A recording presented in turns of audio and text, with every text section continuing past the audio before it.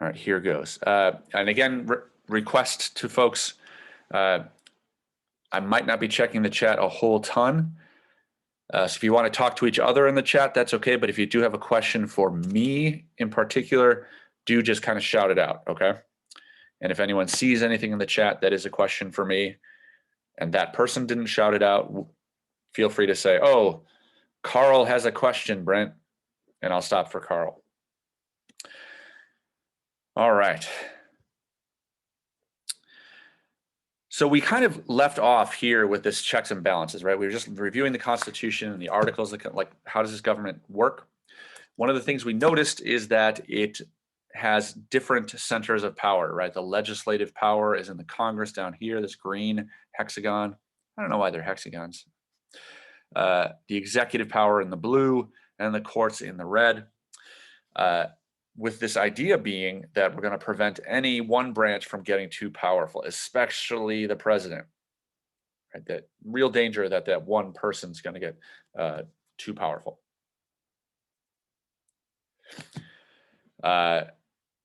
Different ways that each of these branches can check each other. We reviewed that already, but that's kind of where we were in the 1780s. In a minute, I want to look at the Bill of Rights. But first, we're kind of going to jump around and kind of look at what happened over the next few decades, which again, Professor Blight brought us way up to 1854, but that short reading I'd asked you to do before the lecture filled in some of the gaps in a particular way. And again, this is the homework that was due yesterday. Still time to go back and take a look. It's short. It is really not a long reading at all. And the way it presents those years, those decades, is like the real tension in this country. I mean, there's a lot of tensions, right? There's a tension between rich people and poor people. There's a tension between people who support slavery and people who want to abolish slavery. There's tensions between jerks and people who aren't jerks. There's all kinds of tensions in this country. But one way of thinking about them is that they kind of coalesce into federalism on the one hand, federalism, the federal government, the supremacy of the federal government, Washington, D.C. Well, eventually Washington, D.C. Not, you guys know that the capital moved around a bit before we made D.C. Interesting story there. But regardless, federal power, strong federal government versus anti-federalists. And maybe it's worth even putting some names in here.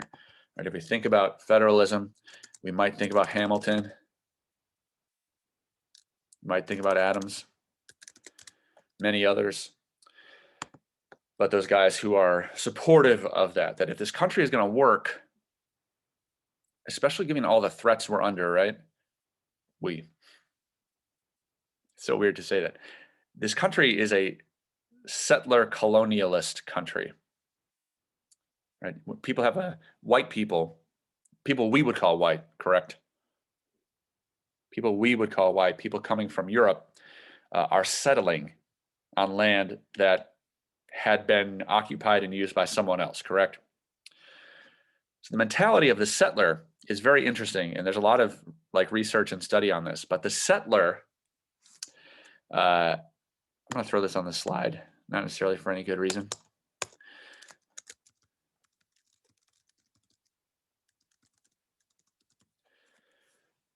Goes to that colonized place and then occupies the land. So that person is very much a taker, right?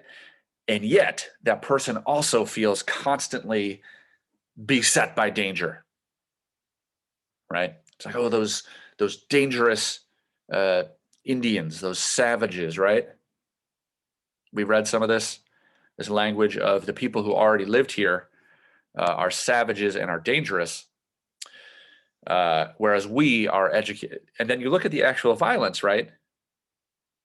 And were those settlers nonviolent? No, right? Those settlers, and who knows, right? Maybe they feel threatened, so then they get violent, right? Because if we don't kill them, they'll kill us first.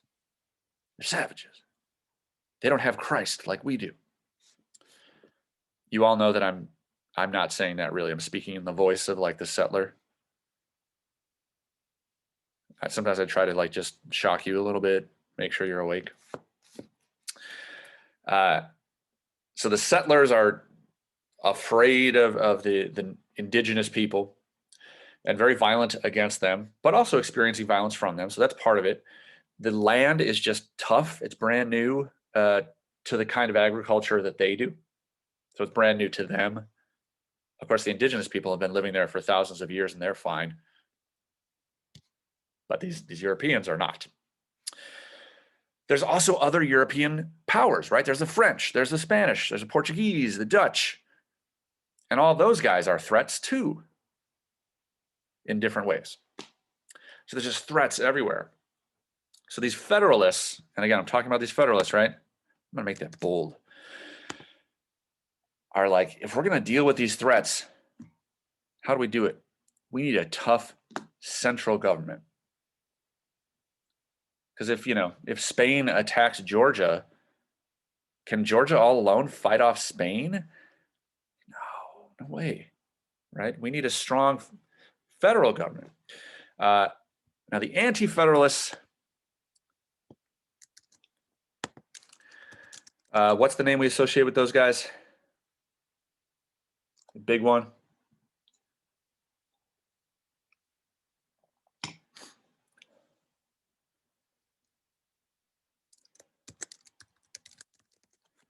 Jefferson, Thomas Jefferson. We always want to think of him as a Virginian. I think he thought of himself as a Virginian first and an American second. Right? Thomas Jefferson's all about Virginia. Obviously supportive of slavery, even though like philosophically he sort of seemed to have trouble with it.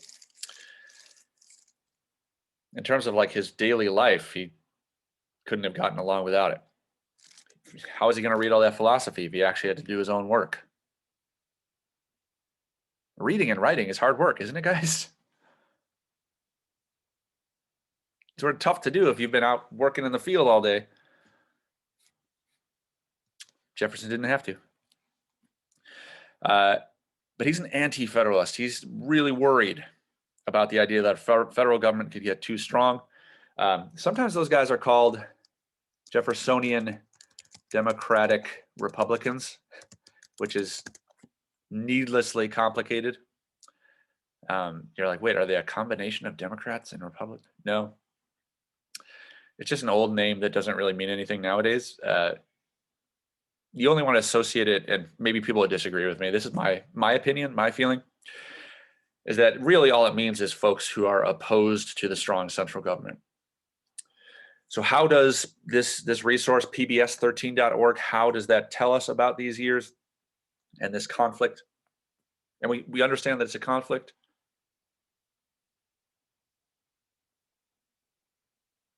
And maybe we take it for granted nowadays.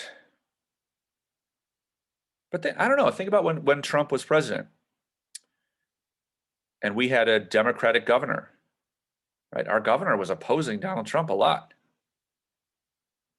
We remember this? So for those of us who are not fascists, we wanted Illinois to have some power there. We wanted Illinois not to have to do what that lunatic in the White House was saying, right? There's some real tension there. But now that the radical socialist Joseph Biden, that is a joke. Now that Joe Biden is president, there are some states that are opposing him, right? No, stay out of our business, federal government. We want to do what we want to do. So it's still a conflict. In these years, right, in this sort of early part of the 1800s with this new country, which nobody knows if it's going to work. We still don't know if it's going to work. But in those early days, these Supreme Court decisions, so when I write SCOTUS, we know what SCOTUS means?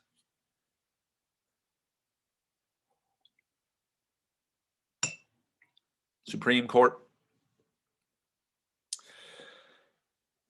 These decisions, we're not really studying the court too directly. We're only looking at these because they tell us something about that conflict. Does that make sense? We're not really looking at the Supreme Court too closely. We won't do that until in the spring, at the end of policy. the next class. So this is just as an example, right? So the example is John Marshall. You've heard of John Marshall Law School here in Chicago? I think they just merged with another school, if I'm not mistaken.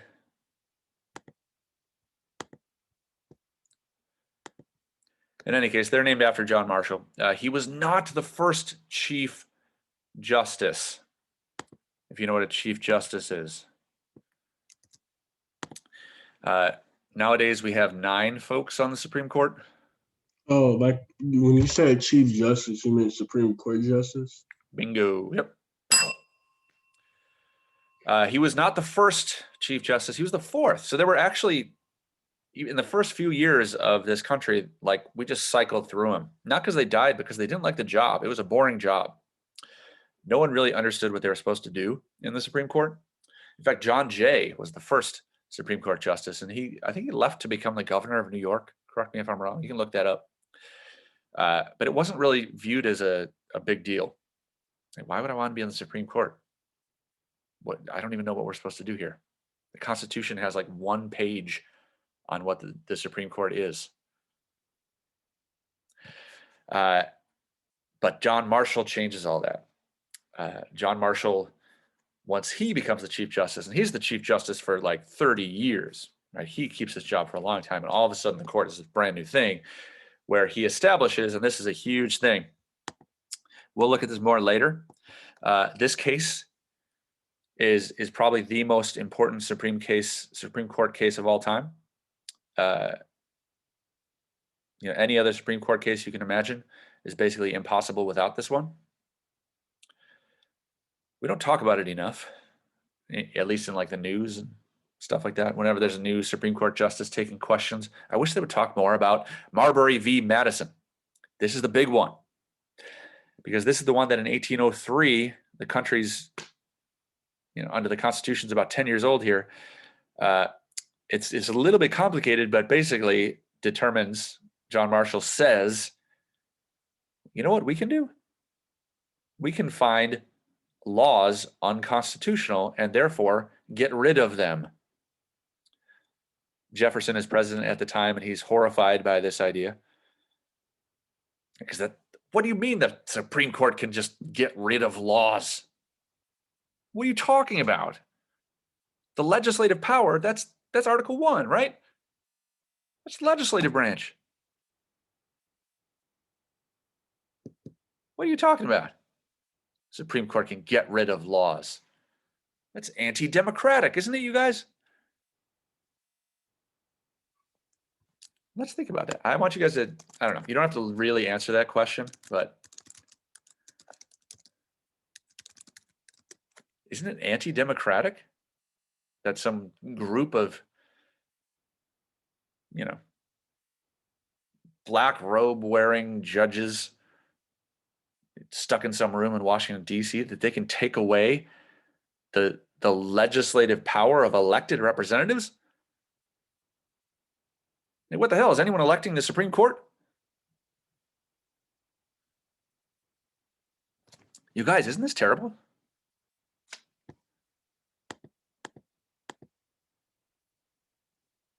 Isn't this terrible? Are you asking, is it terrible because the citizens are electing the judges or something? Well, the citizens are not electing the judges. That's why I'm asking if it's terrible. That there's something like, you guys got to vote if you're 18. You got to vote in your representatives, and they went and passed a law. And the Supreme Court's coming in and saying, nah, sorry, we don't like it. You out there, El?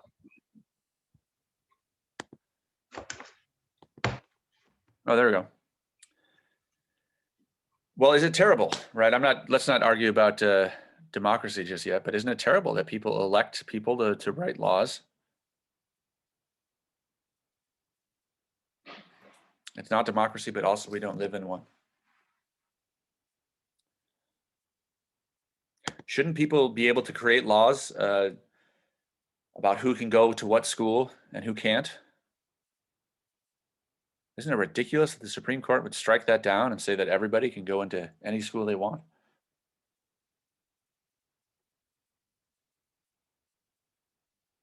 Or wait, is that okay?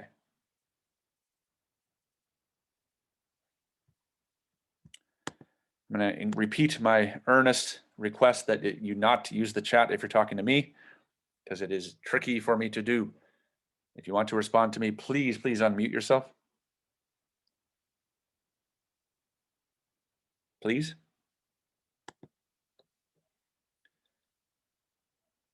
But let's just keep that question in mind then, okay? Is it okay for this group of judges who are not elected to go around saying, you can sort of maybe sympathize with Jefferson here a little bit, saying, what the hell, John Marshall? There are a bunch of other decisions that continue this trend, and the trend here is federalism here. Federalism. John Marshall is a federalist. He believes in a strong federal government that's going to protect, in particular, local minorities.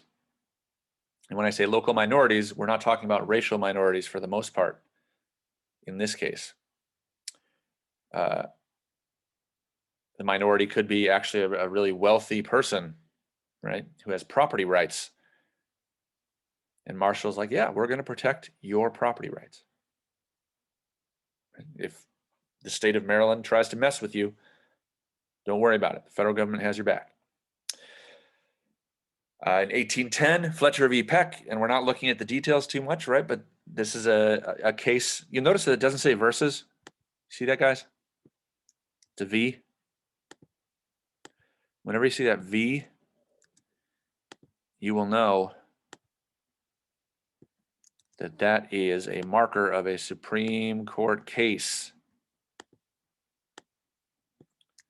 Everyone see that V?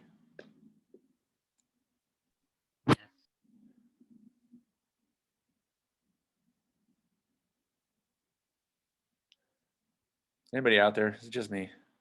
Yes, I see the V. Thank you. Fletcher v. Peck establishes that the Supreme Court can strike down a state law. So this one was federal. The Supreme Court saying, all right, this other law that the Congress, the U.S. Congress passed is unconstitutional. Fletcher v. Peck says, look, we're going to mess with you in states, right? If South Carolina passes a law and it's unconstitutional, we will strike it down, right? This is our guide, the Constitution. Martin v. Hunter's lessee, a few years later, again, power of the federal government, right? The Supreme Court can reverse state court rulings that deal with federal law, right? So if the court in North Carolina, because we have courts, right? Jaden, Cora, you guys talked about the judicial branch of government. Yeah. Got different layers there. There's federal circuit courts, there's state circuit courts. Yeah. If this were last year, we would be going to the Cook County Circuit Court of the state of Illinois. That's the court buildings downtown at the Daly Center, if you've ever been there. That's state law. Illinois state law. The state is broken up into a bunch of circuits. Cook County has a big circuit. Right? A lot of people, a lot of cases. So in Illinois, the court might come to a decision.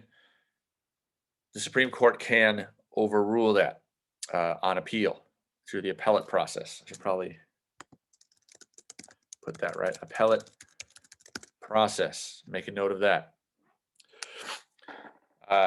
Another case, McCulloch v. Maryland, the Supreme Court says, well, if the federal government wants to start its own bank, it can. Right? Which might seem obvious. Well, why couldn't it, right? But Jefferson was like, no, we can't have it.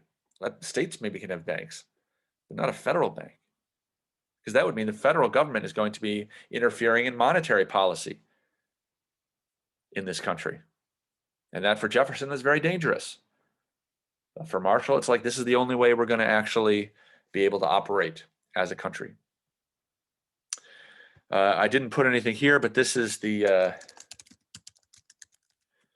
Worcester, that word might be hard for you to pronounce if you are from the Midwest, if you are not from New England. It's actually sort of a British name. There's a city in Massachusetts with that name. It looks like Worcester, but it's Worcester. Everybody on 3. 1, 2, 3. Worcester. Great. Thank you. Worcester v. Georgia. This is the somewhat notorious case where gold is discovered on land that's owned by the Cherokee, and the state of Georgia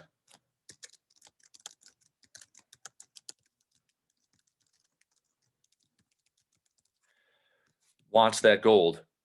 So the state says, well, whatever, we're just taking it. We're taking this land so we can dig for gold. And the Cherokee, people working with the, I actually need to look into this a little more because the mechanics of it are interesting, right? Who initiated the case? Worcester is the name that is given to the Cherokee case. But that would be really interesting to learn more about.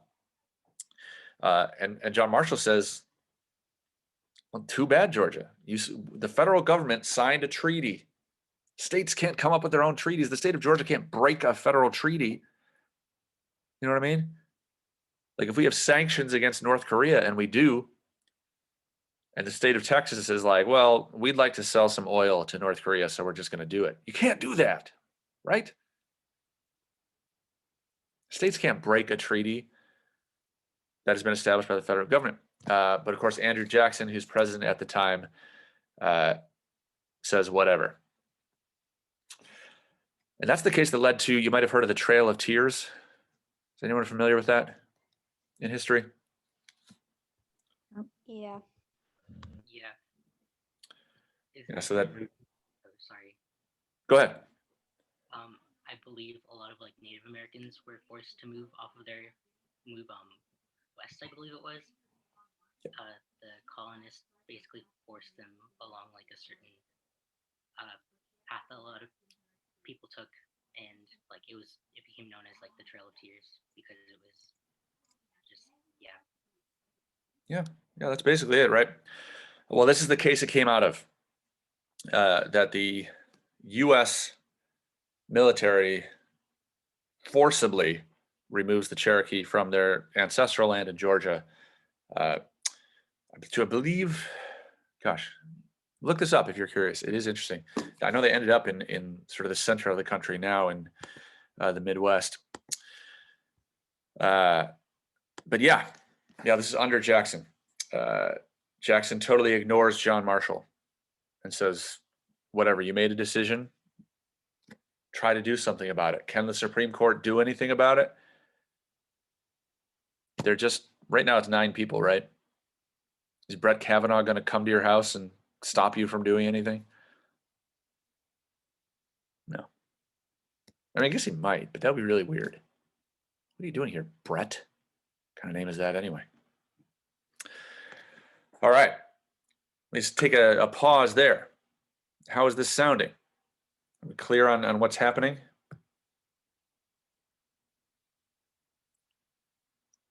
Yeah. Kind of. What kind of questions are popping up for us? Why go into all this detail? What are we actually seeing here in terms of the bigger picture?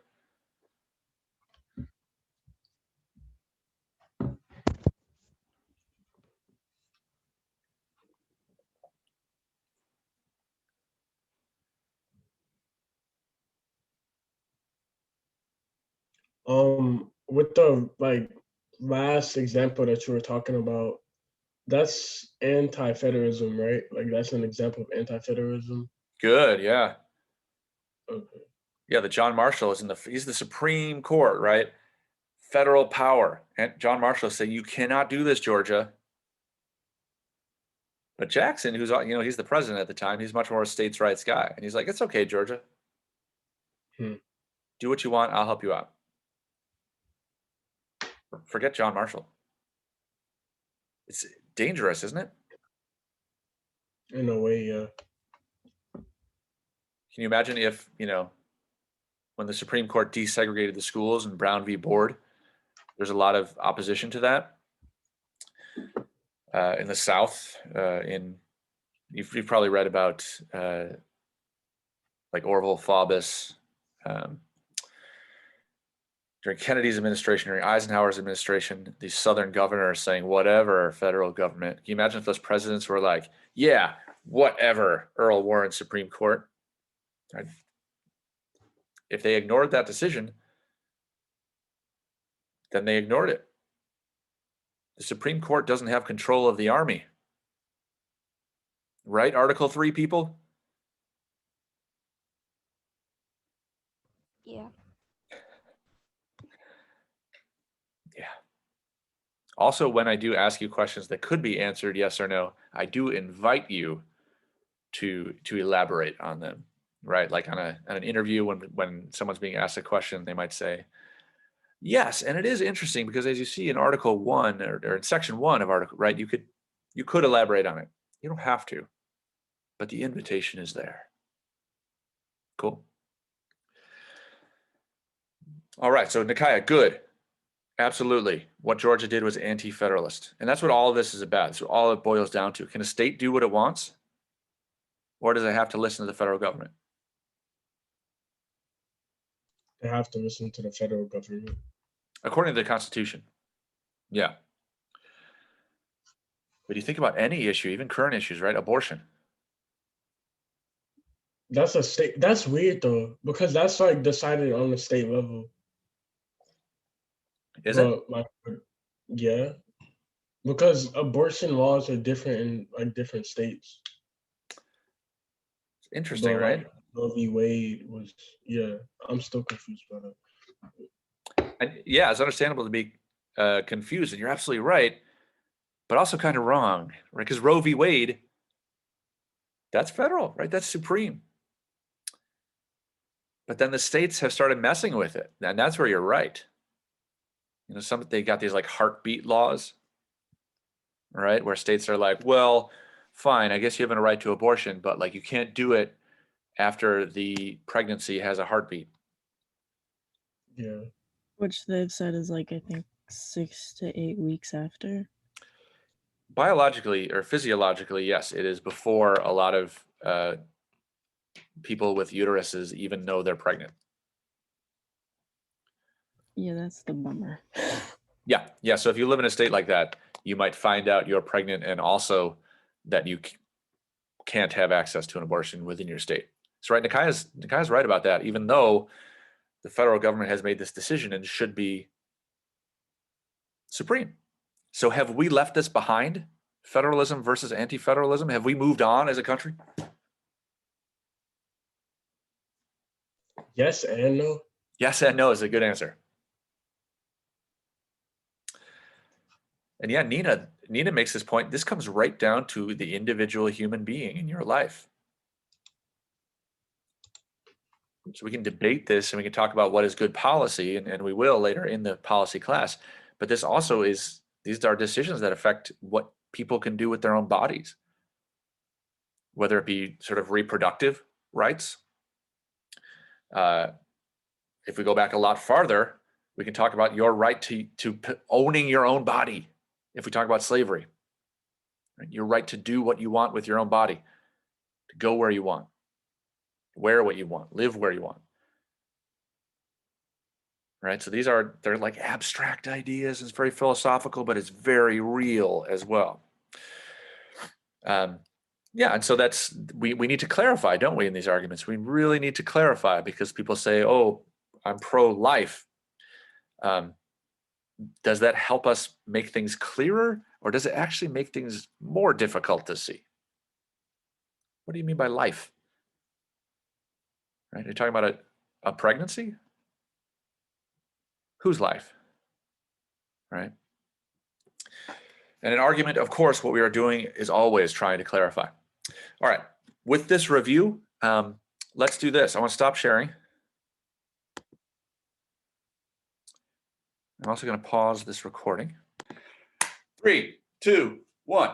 1, 2, 3, 4, 5, 6, 7, 8, 9, 10, 11, 12, 13, 14, 15, 16, 17, 18, 19, 20, 21, 22, 23, 24, 25, 26, 27, 28, 29, 30, 31, 32, 33, 34, 35, 36, 37, 38, 39, 40, 15 push-ups. Let's go.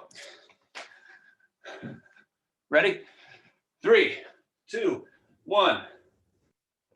1, 2, 3, 4, 5, 6, 7, 8, 9, 10, 11, 12, 13, 14, 15. Child's pose. All right. Let's take a couple minutes here. Let's come back at 10:05.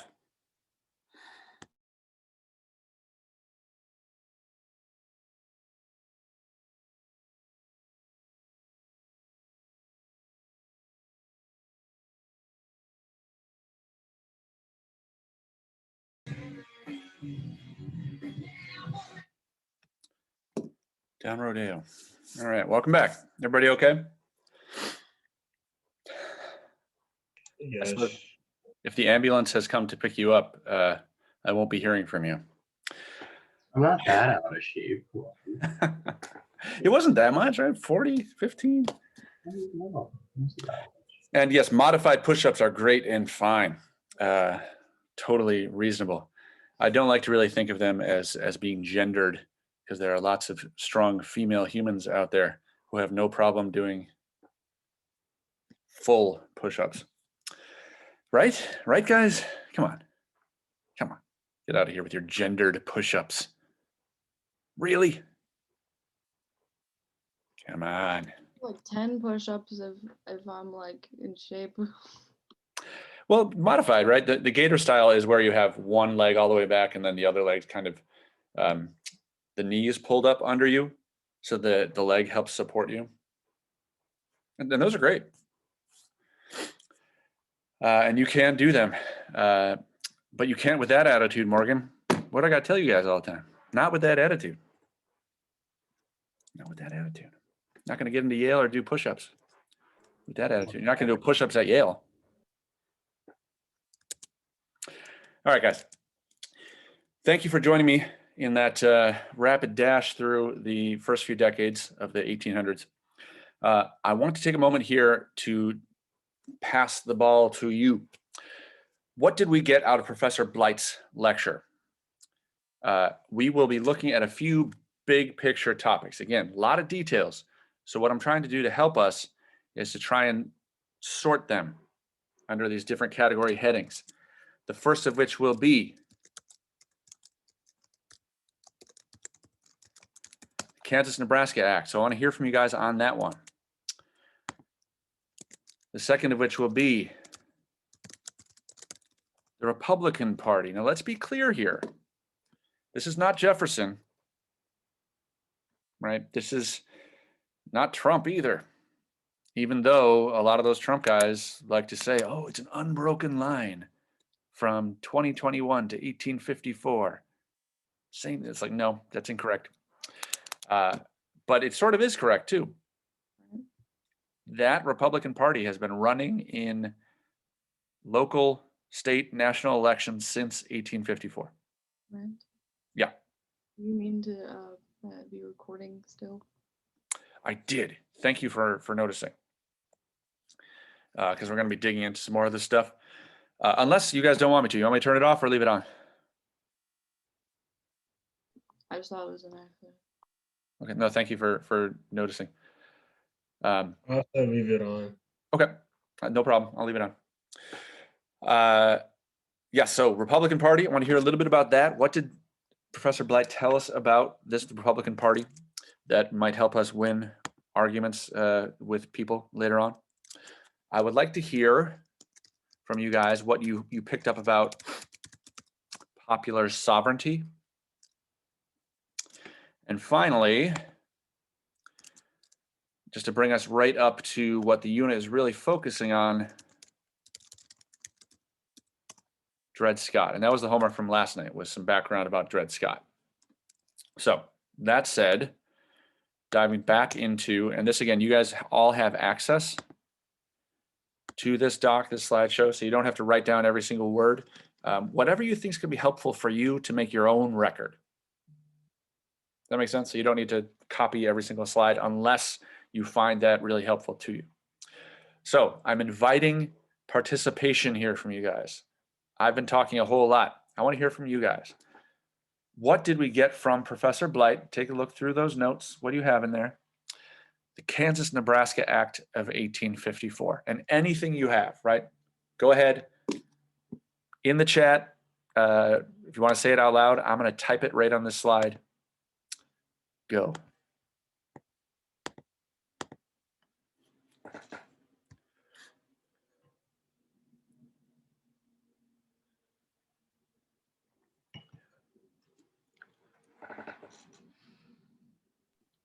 It created like a political storm, and it was a test of democratic like loyalty.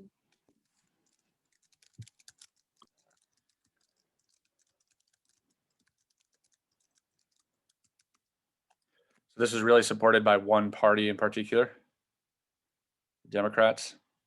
Do you notice which Democrat kept getting mentioned?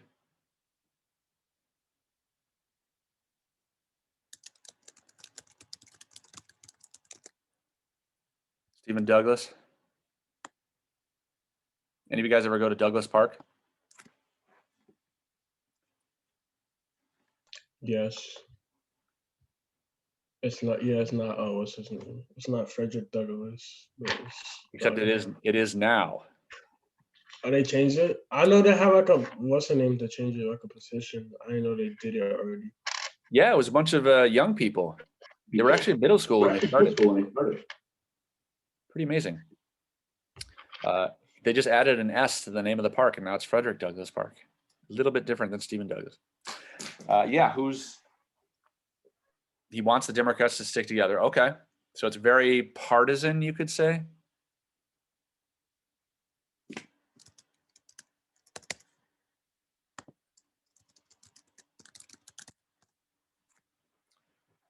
Party, right? This is not like the whole country is behind this, but it's very partisan. What else?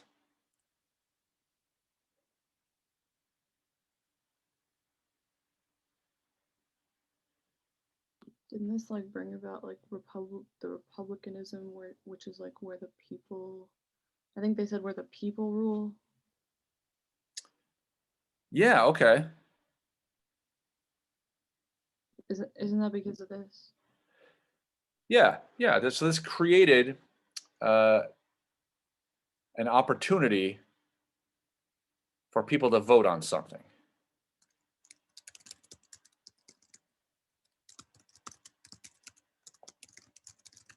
And what were they voting on as a result of this act?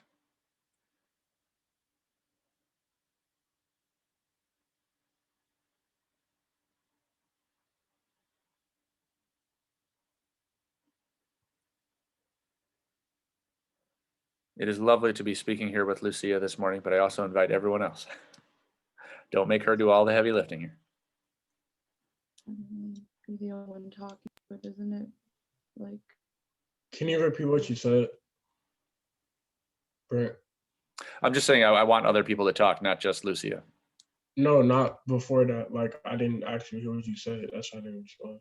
Oh, gotcha. Yeah, Lucia started us out with this comment that like this act, the Congress passes this act, it creates an opportunity for people to vote. But my question and follow-up is, okay, voting on what? What are the people able to determine? What if the land is like anti-slavery or pro-slavery, or it's like if it's like a free land or whatever. Wasn't there also like an anti-slavery like version or like interpretation of the Constitution? I don't know if that's part of this. hold that thought, actually. I'd like to hold that thought until we talk about the party that gets born out of this, right? Which maybe we should say that.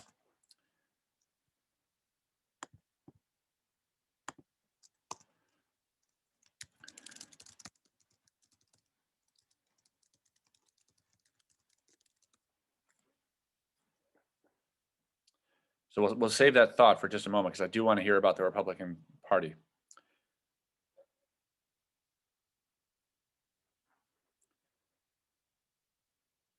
Right, so this new law, federal government, is that a big deal that they're saying like, oh, whatever, we'll just let the people who live there decide? Is it a big deal that this law is being passed?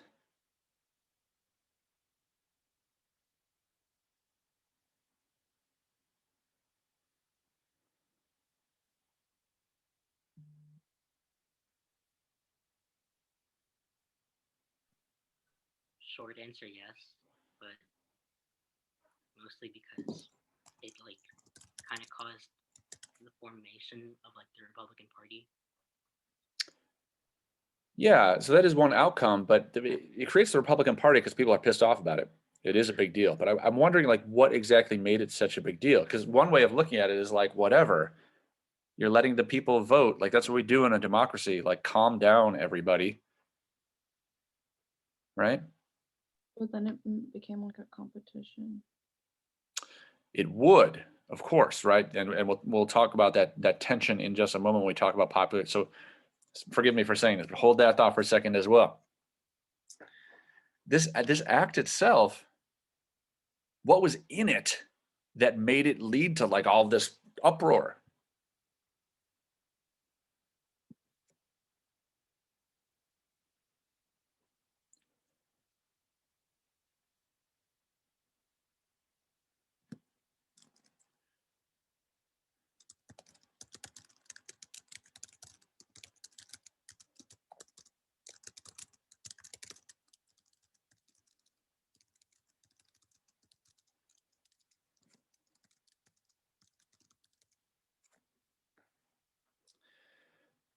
You remember Professor Blight talking about this like assumptions that everybody just had been living by, right? The people base their lives on these decisions. The government will, right, it might be Social Security. Do you remember him mentioning Social Security, abortion? Oh, didn't is this when you said like it kind of imagined that it was there and you like then it was gone like the next day? Yeah, like he talked about, planning your life and your kids' lives, and all of a sudden, gone. Which might be hard to understand, right? Like, okay, fine, you're anti-slavery, but if you're just like a white family in the 1850s, how does this even impact you, right? You're not enslaved. Why would this be a big deal to some of those white farmers? Can you imagine? The way that they I mean that's how they lived and that's what they were relying on to continue to live like that. They're relying on the fact that they're doing their farming in a free area where slave labor is not allowed. And then what happens if all of a sudden the federal government says, oh, actually, we're going to open the doors to slave labor being allowed in this area? Here you have to think economics. Then other people can come in and do more farming because they can produce more because then they'll have more workers. It seems unfair to them, doesn't it? This is interesting. This is kind of weird. I don't know if you guys have really thought about this or talked about this too much in your history studies. We talk a lot about the moral opposition to slavery, right? Of course, because slavery is completely morally indefensible. And if you disagree, let's please save that conversation for elsewhere. There's a moral opposition, but Cora, yeah, man, you get a ding for that. These farmers who are like raising their own crops and they have to do their own work might all of a sudden have to in competition with these powerful, wealthy guys who can afford to have a lot of enslaved people. And then what's going to happen to and this, we're talking about a white farmer, right? Just hypothetically, as a white, there were a lot of farmers who looked white to you and me. We'd call them white people. It's like, it's going to destroy them. Well, yeah, it's a competition. They can't really win. If they're not paying their labor anything, right? But if I'm as a white person, right? If I have a farm and I have to pay my employees, or I'm doing my own work, I can't compete with that, right? So this is what I think what Professor Blight is talking about here. And that white farmer could still be totally racist, right? That white farmer could be like, I don't care morally about slavery. I don't care about it at all, maybe. Does that make sense? But it's like, it's anti-competitive, right? I can't compete with that, so I can't have a farm. So that's when we start to hear stuff about like the free soil movement. Those are the folks we're talking about, these free soilers. They're like, I don't want slavery to come here because it's unfair competition against my farm. You stay where you are. Slave power. Remember him talking about like the slave conspiracy? The slave power conspiracy, that is? Let me see if I can find that real quick. I'm gonna stop my share. 1 second.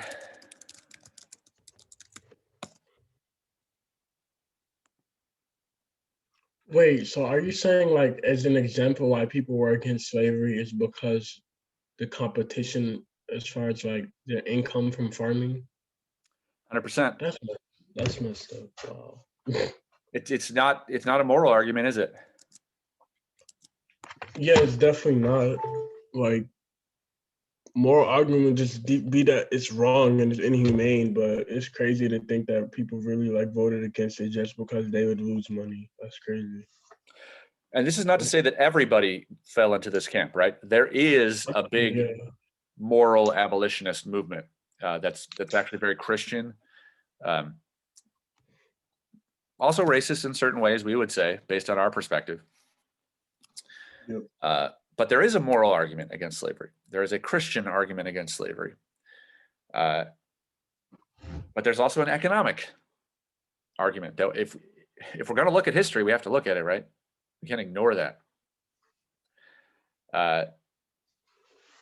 So these guys are working together. They're working hand in hand, even though they might not really actually have that much in common. They have one thing in common, and that's that this Kansas-Nebraska Act sucks. Anything else we should note about this Kansas-Nebraska Act?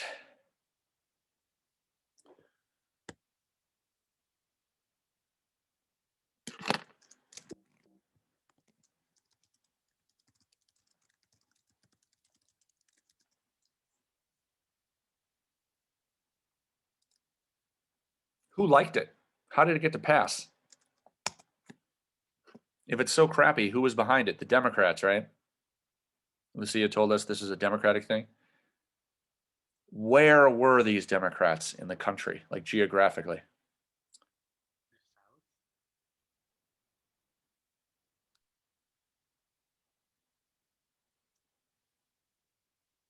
In other words, what states would be happy about this idea that maybe slavery can start moving northward? The southern ones. What? The southern ones. Yeah. Is that fun? I don't know. I'm having fun with that. I like to ding it. It's not bothering anybody? No, it's cool.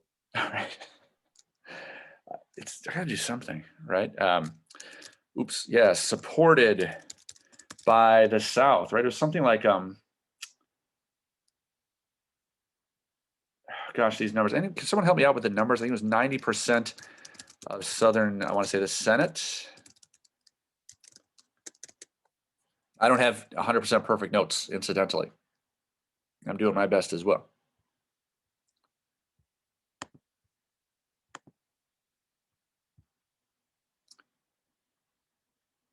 L said what? What?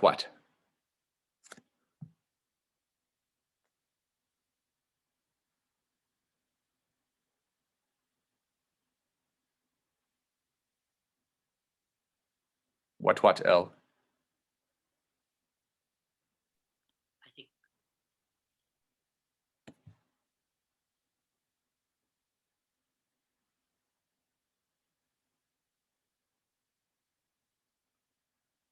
Oh, okay.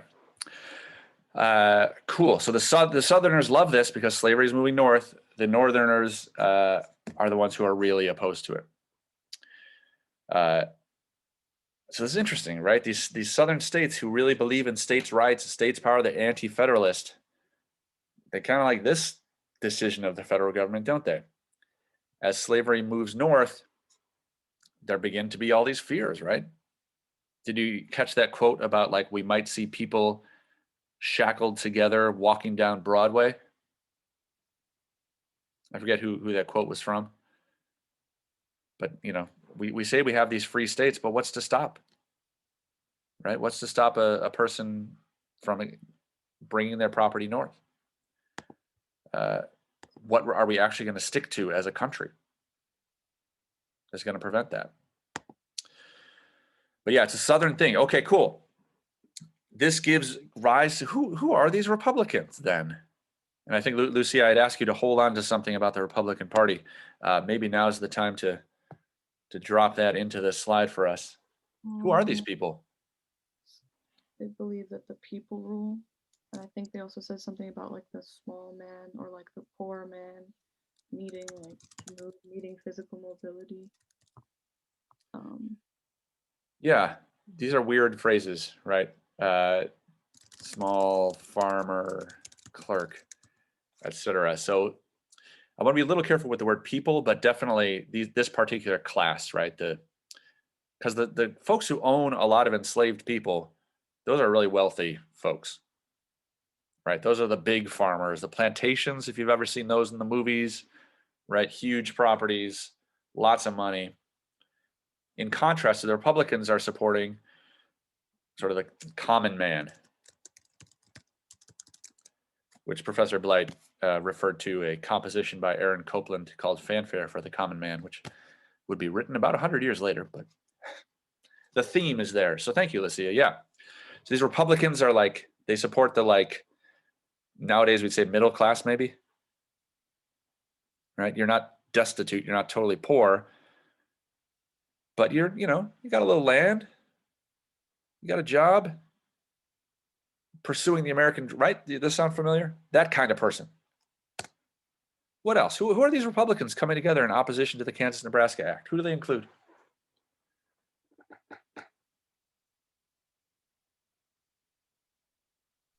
I have a quick question about like the two separate parties. As far as like I know some time in history that like the parties actually flipped. Like one like the Democratic was a Republican and the Republican was a Democratic. Does that have anything to do with like this timeline right now? Oh yeah. Oh yeah. Okay. You got to be a little bit patient because this is the very beginning of the Republican Party, Okay. right? And this is 1854. All these weird people start coming together. 1856, we might have noticed. I'll just throw this. Do you see the reference to John Fremont, Mm-hmm. the first senator from California? A young, dashing, right? The party is only 2 years old. He runs for president in 1856, and he almost wins. Can you imagine? Like if a party were just created this year, and in the very next election they almost won. That's kind of wild, right? Like this third party, and they were third, right? Because there already were Democrats. Maybe we should put this here. Already were capital D. And then there were there was the American Party. Sometimes confusedly called the Native American Party, but you know what they meant by native. They meant white people. Yeah. Especially not Catholic white people, right? Not them. Not the Irish. Oh yeah, they said like Catholics couldn't be real like or true Republicans or something. Yeah, man. So that's why it's kind of weird to talk about white people. Like these Catholics, we look at them, we say they're white, but it's not exactly the same thing, right? Weren't they against like a whole bunch of other things, like anti-immigrant, anti-Catholic? They wanted to stop the Catholic immigration into the U.S. Oh yeah. And the guy they run for president is Millard Fillmore, who was president a few years earlier. Millard Fillmore, born just a short distance from where I grew up. A very strange president who actually married his teacher. Strangely, even though he was older than she was. Like weird times back then. Weird time. So there already were so the Republican, these guys are third party. Oops. These were white Anglo-Saxon. WASP. Yeah, right. You guys know that term, WASP? Yeah, the American Nativist Party. That's a WASP group. So, okay, pop quiz, bonus points. Who are the Republicans going to run for president 4 years later? This kind of speaks to Nikaya's question. Isn't it like Abraham Lincoln? Bonus points. Somebody probably put it in the chat too, right? You guys are killing me with this chat. No, Thomas Jefferson's been dead for a while at this point. In 1860, the Republicans, in their second ever effort, are going to elect some hick from Illinois named Abraham Lincoln. That's the dude. I remember that like really confusing me when I was younger. Like I was like, Abraham Lincoln was Republican. Yeah.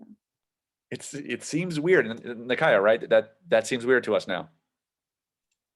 Yes. There's something happened, right? Indeed, yeah. We're going to look at this much more closely in the final unit of argument. Oh gosh, it's already 10:31. Time flies when you're going through the 19th century. Yeah, the 1960s, 100 years later, what happens around civil rights and civil rights legislation will change the alignment of these parties. Absolutely. So anyone who argues with you and says, actually, the Republicans are the anti-racist party is confusing things and not actually reading their history. So let's do that, right? Cool. Thank you guys for your time. I'm going to go ahead and stop that recording.